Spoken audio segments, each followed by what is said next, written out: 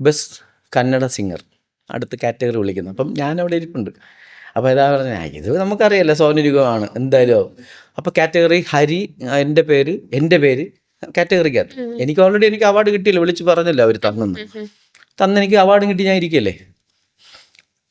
Means Hari, ഞാൻ, Sonu Nigam. Final round വന്നപ്പം final round എന്ന് പറഞ്ഞു വന്ന സമയത്ത് സോനു നിഗം ആൻഡ് ഇഷാൻ ദേവ് എൻ്റെ പേര്. അപ്പോൾ എനിക്കിത് ഈ സന്തോഷം ആരത് പറയാൻ പറ്റുന്നില്ലല്ലോ. സോനു നിഗം ഇഷാൻ ദേവാ.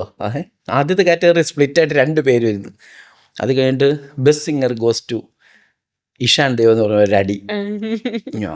എനിക്ക് അപ്പം ഈ അവാർഡ് ഉള്ളതുകൊണ്ടാണ് ആ പെണ്ണിനെ പിടിച്ച് അവിടെ ഇരുത്തിയത്, മനസ്സിലായില്ലോ, ഇരിക്കണം എന്ന് പറഞ്ഞു. അപ്പം പറഞ്ഞിട്ടില്ല എൻ്റെ അടുത്ത്, ഞാൻ ഏറ്റവും ബാക്കിയിരിക്കുമോ. അപ്പം ഞാൻ അവിടെ നിന്ന് എനിക്ക് കരയണോ ചിരിക്കണോ ഒന്നും പറഞ്ഞുകൂടാ. ഞാൻ എണീറ്റു അവിടെ നിന്ന് നടന്നു. അപ്പം എനിക്ക് എന്നെ സ്പോട്ട് ലൈറ്റ് അടിക്കുമല്ലോ, അടിച്ച് ഞാൻ നടന്നു വരണവരെ. അപ്പം ഞാൻ അങ്ങനത്തെ ബാക്കിൽ നിന്ന് നടന്ന് വരണ സമയം വരെ എൻ്റെ പാട്ട് അവിടെ പ്ലേ ചെയ്തു. ആക്ച്വലി അതാണ് എൻ്റെ ഗുണം. ഞാൻ ബാക്കിൽ പോയി നന്നായി ആ സമയത്ത്, ഭയങ്കര കൈയടി. അപ്പം ഞാൻ വന്നപ്പോൾ തന്നെ എനിക്ക് ധനുഷ് കൈ തരുന്നു ഈ പാട്ട് കേട്ടിട്ടാ.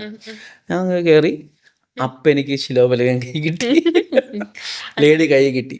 ശരിക്കും പറഞ്ഞാൽ അതൊരു ഗോൾഡൻ മൊമെൻ്റ് ഓഫ് ലൈഫാണ്. നമ്മൾ ലൈഫിൽ ഇതുവരെ നമ്മൾ ഒന്ന് പിന്നോട്ട് പോകുമ്പോൾ നമ്മളെ മ്യൂസിക് പറയുകയാണെങ്കിൽ നിനക്ക് എന്തൊക്കെയോ കഴിവുണ്ട്, യു ക്യാൻ ഗോ, നിനക്ക് മുന്നോട്ട് പോവാം.